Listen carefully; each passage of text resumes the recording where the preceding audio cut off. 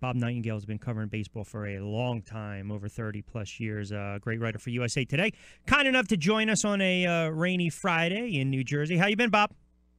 Yeah, doing great, Rich. Yourself? I'm doing real good, real well. It's great to catch up with you. Let me ask you this right off the bat. I look at the Cubs. To me, they're loaded. But it seems as though a lot of people are not picking them. We know it's so hard to repeat in sports. I mean, the last team to do it in baseball was the Yankees in 2000. Tell me why the Cubs won't win it again this year. Just that, baseball can be so fluky. I mean, if they don't have that big comeback against the San Francisco Giants in Game 4 in the ninth inning, maybe they don't even make it to the NLCS. So just a lot has to go right, and there's going to be some luck involved.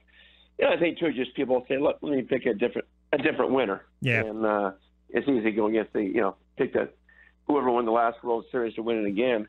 But, the last time this has happened in the National League team was the Cincinnati Reds, the Big Red Machine days of 75-76. And that's the only time it's happened in the last 95 years for a National League club. Wow. Yeah. I said on the air yesterday, I said, listen, if the Cubs lose 100 games, you really think the Cubs fans are going to care? I mean, they waited. Yeah, right. I mean, now you're spoiled. Now, right. It'll be interesting to see how they react. I mean, if Jason Hayward starts struggling again, now do they start booing them because they're kind of jaded? Speaking of the NL East and the Mets, and look, I think the Mets. To me, I think the Mets are poised for a huge season. I know it always comes down to their starting rotation with Syndergaard and DeGrom. And I think, listen, you got Cy Young candidates. You got Harvey, who a lot of people think will get back in his groove. I know Matz is not going to throw for a couple weeks. He's got great stuff when healthy. We know Granderson's always notoriously slow starter, but they got some offense. I think Cespedes is also poised for a huge year. How about the Mets in the NL East, especially against a team like Washington? You believe in the Mets this year going forward? Yeah, I love the Mets. I mean, honest, the Mets are my World Series pick. And I thought they were going to have a World Series hangover last year, and they did. I thought they'd have a worse season. I never thought they'd make the playoffs even as a wild card team. But now those guys, most of those arms are fresh. A lot of them didn't pitch a full season. So I like the lineup. I'm glad they didn't trade Jay Bruce. Gives them depth. Conforto's going to bounce back. So I'm big on the Mets. Yeah, and listen, I mean, and you also look at the back of the rotation as well. It all comes down to pitching. As long as they're healthy, and we've talked about this, it's ad nauseum with this club the last several years. And you throw in guys like Walker and Conforto, and I think Cespedes, the way he played in the spring. I mean, if that carries over, then they ride that momentum. You talk about the Washington Nationals. Every year, it seems on paper, Washington, and I know it's tough to say if a team's mentally soft or they choke or this, that, the other thing. You go back to a couple years ago when they decided to shut down Strasburg. Harper, again, the numbers just fell off last year. I look at Dusty Baker, and he's not signed past this year. It might be a generic question, but how much pressure is on Baker and the Nationals to kind of get over that hump and really make a deep run in the playoffs? I think a lot of pressure on the whole organization. GM Mike Rizzo on down. It's just that these guys have never. It's like they never have good back-to-back years. Ran away with the division last year, and it's not their DNA to do it again.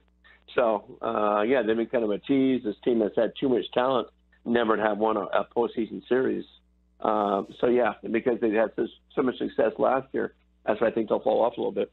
All right, we've got the Phillies in our backyard, and I do think it'll be a long season, certainly rebuilding, but they've got young players, right? They got a nice little core, a nice little group with the Francos, Herreras, Joseph, Hernandez, Freddie Galvis, Velasquez, pleasant surprise last year. Starting rotation carried them early on. Waiting in the wings is Alfaro and Crawford. I look at Pete Mackanin, or some people say Pete Mackanin. What is, the expectations in your estimation of this Phillies team? And it seems as though a lot of the baseball pundits I've spoken to think that Pete, the skipper, is just kind of a stopgap right now. They don't believe he is the manager for this club going forward. I don't know if that's fair to make that assessment just yet, but give me your overall thoughts on the Phillies this year. Yeah, I think they'll make continue to make strides where, I think if they have a winning record this year, it's a great year for them. And then maybe, have a chance to be a contender in 18 and certainly by 19. And I think that's unfair of people say that way about, Pete Mackanin. It's just I think this guy is the perfect guy for the job right now. Relates well with veterans, very good with the young guys. So, I mean, I don't think any manager is, I don't care who you're talking about, is going to turn the Phillies into a World Series contender this year. I definitely can see year 2, year 3 where you're right. I mean, they're not going to lose 100 games. I do think they'll struggle. And you look at their schedule, it's tough early on. And then when you go in July, it depends if they're going to be buyers or sellers.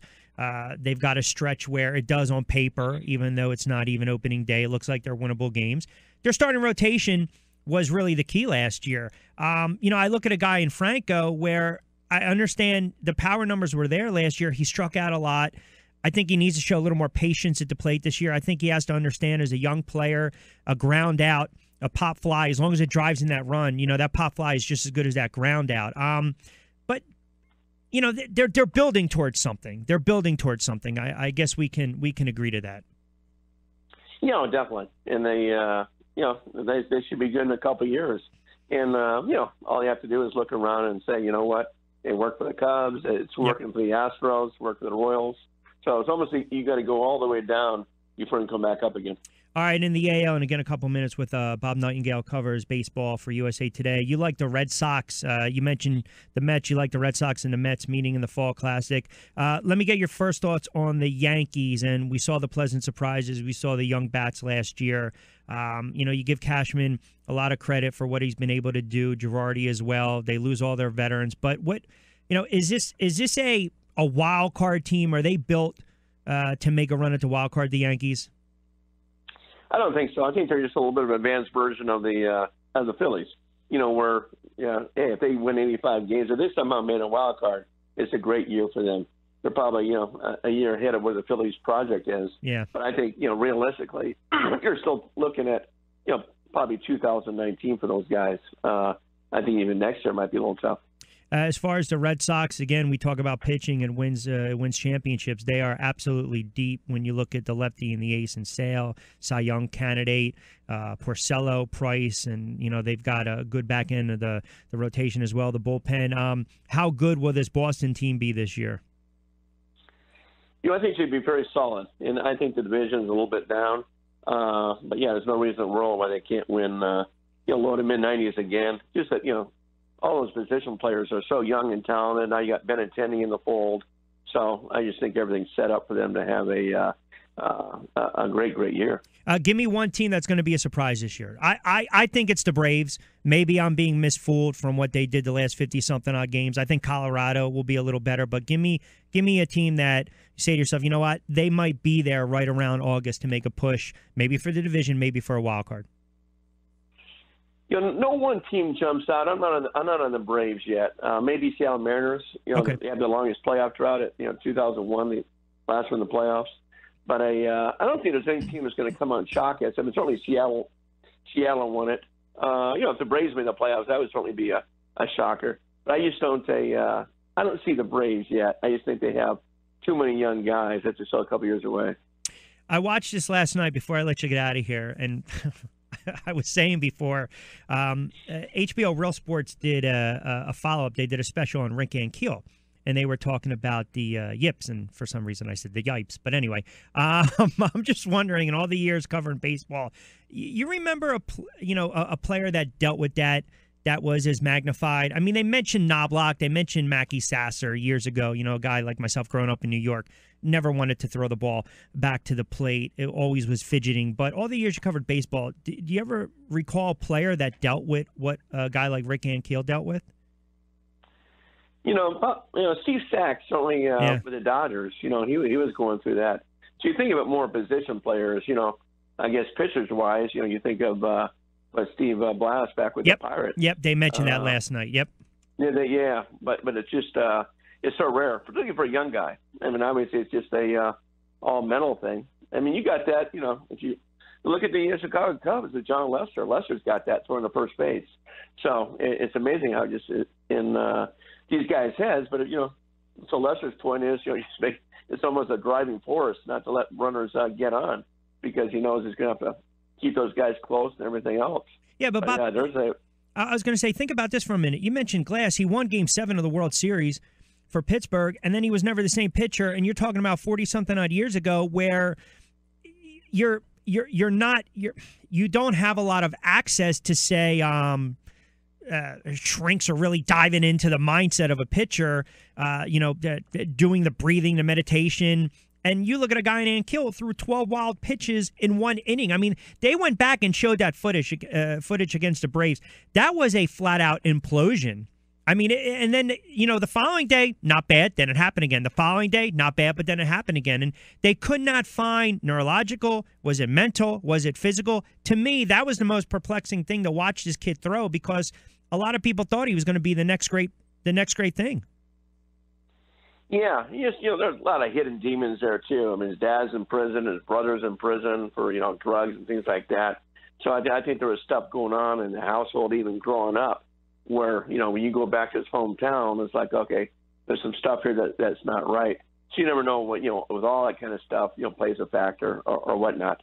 Yeah, and it's amazing to think too that he plays the outfield and he hits 25 home runs. The Cardinals didn't give up on him, so.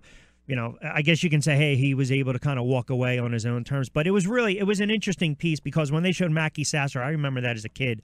It looked like the glue, he had that ball stuck to glue. It would not leave his hand.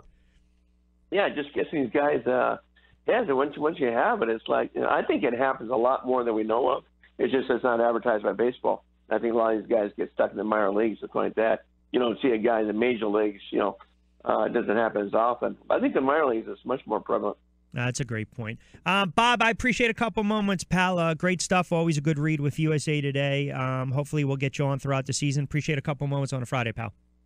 Sure, my pleasure. Thank you. You got it, Bob Nightengale. Good stuff.